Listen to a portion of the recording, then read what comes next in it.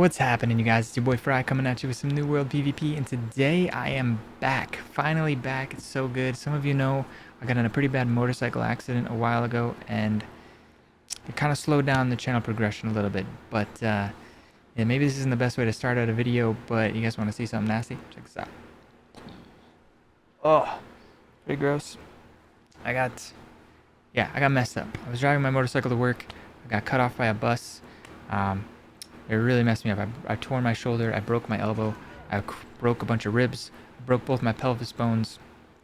I was in the hospital for 2 weeks, a little over 2 weeks. And yeah, rough times. But luckily, I have been able to play. I was on a temporary setup for a little while, but I was able to be grinding. I've been having some internet issues, unfortunately, trying to figure that out. But still stacking some clips, still working on bringing this build to the highest level possible. As you can see by my weapon mastery, I've been pretty much playing Firestaff Rapier exclusively. So definitely this is the build that I'm enjoying the most and have been playing the most by far. And yeah, I got a lot of tips. I got a full build guide that I'm working on right now. But today I just wanted to bring you a quick video to show you some clips versus some specific comps, some playstyle tips, and yeah, just some fun highlights. So let's jump right into it. Alright, in this clip we're going to go over how to beat fire and ice mages. So Arim's here, rocking Firestaff Ice Gauntlet, level 47, we're only level 41. And first tip I want to give you is both of those mage weapons are so good at shredding melee that I would very rarely use the Rapier to actually damage them. Mainly using the Rapier as an escape. And then the ice wall is obviously devastating. Try not to get caught in it at all. And if you do, you're going to want to pop a riposte, either right away or maybe fletch to a better position and then riposte. You're going to want to mitigate any incoming damage while you can't dodge, basically. And then your advantages as Rapier Firestaff versus this build is your speed in a straight line with the Rapier. So both of these classes are really bursty. You're going to want to try and fight them. And then if you're losing, you're going to want to use the Rapier speed to disengage and escape and reset the fight, get your health back up. So right here you see that's what's happening. I'm losing, popping my health. I'm going to disengage, create some distance, pop some food, get my health recovering, and then turn around and re-engage. And then on the flip side, if you're winning the fight, you want to use that speed to stop them from disengaging, right? So here my health's just about full. We've turned around, and it's just a lot about hitting your shots and dodging their shots. It's kind of hit or miss versus a lot of range classes. So here we hit 1, 2, 3 heavy attacks, third one crits, and now he wants to disengage, but we are going to use that Rapier speed to just catch right up to him. And we curve the burnout around the ice wall, hit him with one more light attack, and that's it. So a pretty good example there of how to beat fire and ice mages. And let's look at the next one. Alright, these next clips are some of my favorites. We're going to be going over how to fight against spear bow. So right here, dueling against my buddy Jolty. We are right outside the Dynasty Shipyard expedition. I think we were waiting for a tank. And it turns out this is an awesome place to duel. If you're ever here stuck waiting, I highly recommend it. Dueling some of your buddies. It feels like almost like an arena that was designed just for 1v1's. Or maybe even 2v2s would probably be fun here. You can't run away down the bridge because there's a bunch of mobs that will kill you. You can't jump off into the water because you will drown. Very cool, kind of force you to fight to the death arena. So back to the matchup. Spear bow is just so difficult. Spear bow and spear musket, I'd say, are two of the most difficult dueling compositions for Firestaff Rapier. And the reason being, the spear CC comes out so fast that you can't just nonchalantly dodge their attacks while putting out your own damage. You have to put an extra emphasis of priority on not getting hit with that spear. So the general playstyle of this glass cannon is priority 1, don't get hit, and priority 2, blow people up, right? And then there's a few exceptions where you can kind of trade damage, and you do so much burst damage that you can trade pretty well. Versus a spear, the CC comes out so fast. It's just so much more important not to get hit that you need to kind of change your whole playstyle up against the spear. So like right now, he's getting close. I'm stuck in a horrible situation. I bottomed my stamina out, so I can't roll. I don't have riposte.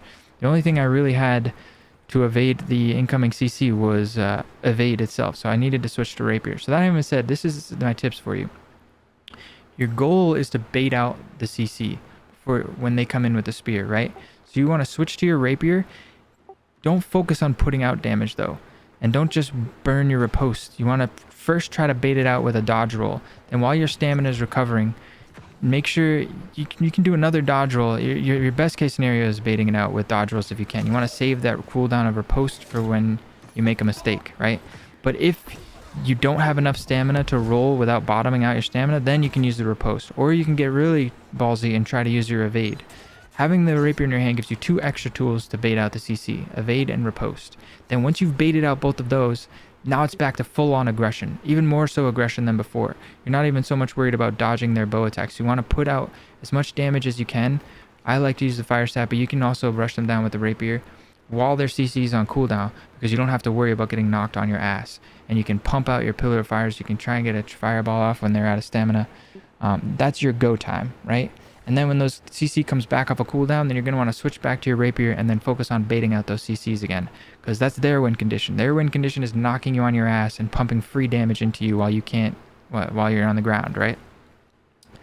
Alright, so all that having been said, another challenge to this format that we're using is while we're dueling, we don't allow potions or food. And another advantage that you have with Rapier Firestaff is the speed that you have. So you can obviously run away, disengage, heal back up, come back in and try again. Both of these comps are very bursty, so the fight is very explosive. So if you're in the disadvantage, like you're losing in the open world, you can kind of escape, create some distance, heal back up, and then come back in. And then if you're winning and they're about to die, they don't have the same option to escape because you're faster than they are, right? You can chase them down and hopefully finish them off. As you can see, very explosive there. I procced a double hit on Pillar of Fire. Still not sure if that's a bug, but we managed to win that one. Let's go over one more clip where I win, and then we'll go on to the next clip. Alright, so we talked about the safe way to play it against Spear by having your Rapier in your hand while trying to bait out the CC. I want to talk about another way to play that's a bit more of a win condition. So against other melee comps, like I said, you can just drop the pillar at your feet. What a great dodge on my riposte there. You can just drop the pillar at your feet when they're committing to the attack and then roll away. But versus Spear, because the CC comes out so fast, that's no longer such a good option. Instead, here is a combo that can give you the same kind of advantage against other melees. Versus a Spear, you got to add one extra layer. Basically, what you want to do is focus on dodging the first CC that comes in, right? Don't drop the pillar at your feet and dodge, just dodge to make sure that you miss the first one. You've baited out the first CC and then just assume they're going to come in with the second CC right away. So after you dodge the first one, you immediately want to drop the pillar at your feet and then dodge the second one right away. Usually there's enough time in between those two. It's a little bit riskier, but worst case scenario, you're only getting hit by one of the CCs instead of the other. I know Vault Kick kind of resets the timer on leg sweep, but let's take a look at this second duel here and see what happens when you pull something like that off. I hit him with an initial fireball, just physically dodge the first CC, then I dropped the pillar immediately. I didn't even use a dodge roll, he physically missed it. Once he commits to the first CC, you got to kind of judge at that point if you have enough time to drop the second CC at your feet. If you dodge roll a little bit too late, then you might not have time, and it might be too risky. But there you can see I flawless victoried him. He didn't even get a single point of damage in, so it's a much bigger advantage. Whereas if you use your Rapier defensively and you manage to bait out the CC, it's good. That's what you need to do. But now you're still just in a 1v1 duel versus someone who just doesn't have 2 of their cooldowns. You still have to out damage them. They've got all their bow cooldowns they can switch to, and it's not easy money at that point by any means, right? A good player is still going to be able to fight you until those CCs comes back up.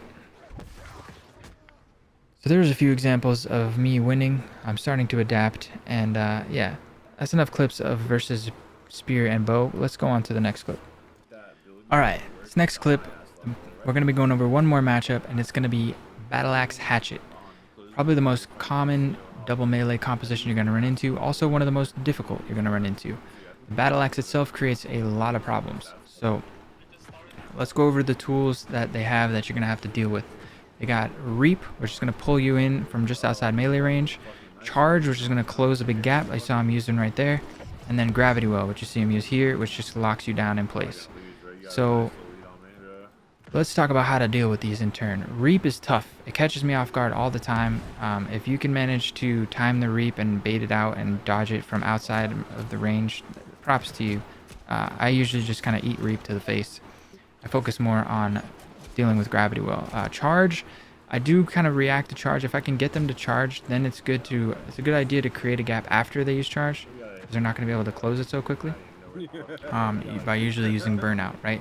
So they charge into you aggressively, or close a gap, then you can burn out through them and create a new gap reactively to their charge. It's a good counter. But they have bloodlust as well, so as soon as they are looking at you within a certain range, they got a big speed buff. They're going to be able to rush you down anyway, even without charge. And that having been said, you're going to want to switch to your Rapier in a lot of situations. Don't do what I just did right here. This is a lot more of what not to do than what to do. Using riposte aggressively is just a bad idea, because you get stuck in this situation where you're in a gravity well and you don't have your riposte up, you don't have Fletch, might not even have burnout. Riposte is the one you want to save for when you get stuck in a gravity well versus a battle axe. It's the best one. It's the most guaranteed to not take any damage from the gravity well move that you've got. Fletch can be good at the right angle. If you space it right, you might be able to avoid all of the damage if they're far enough away. Burnout can also be really good if they give you enough time if they're far enough away when you cast it. And if you go through them with the burnout and play it aggressively, you still might trade damage anyway and take a hit. And then your last resort move is going to be evade, which you see me use a couple times in these duels. I get stuck in a gravity well because I didn't save my riposte, and I have nothing but evade to avoid the first attack.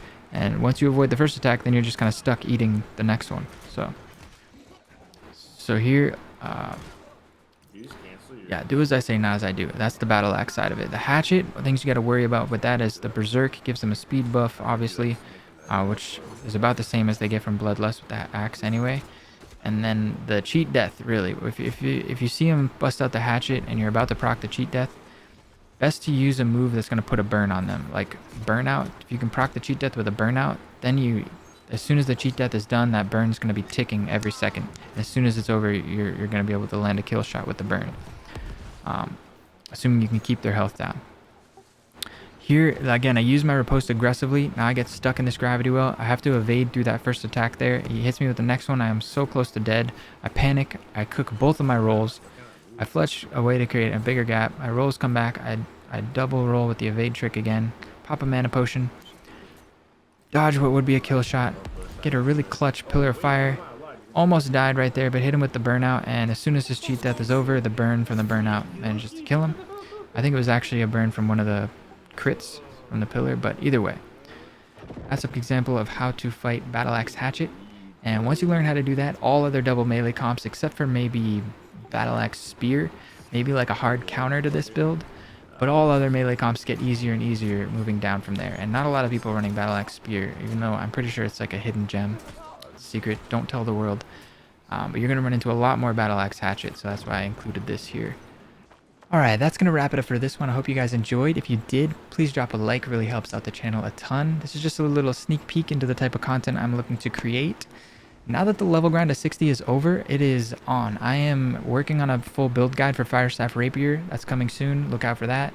And I'm really excited about bringing these matchup guides. Like, I want to seek out the best players on my server for each weapon composition.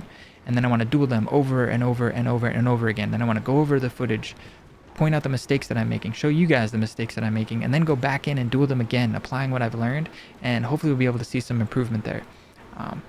It's going to be really exciting. I'm looking forward to it. I think this build has a lot of potential to be one of the best in the game, has a really high skill ceiling, a lot of outplay potential, and I think you might be able to beat just about every other build in the game with it on a long enough time scale. So if that sounds like some content you're interested in, please feel free to drop a subscribe.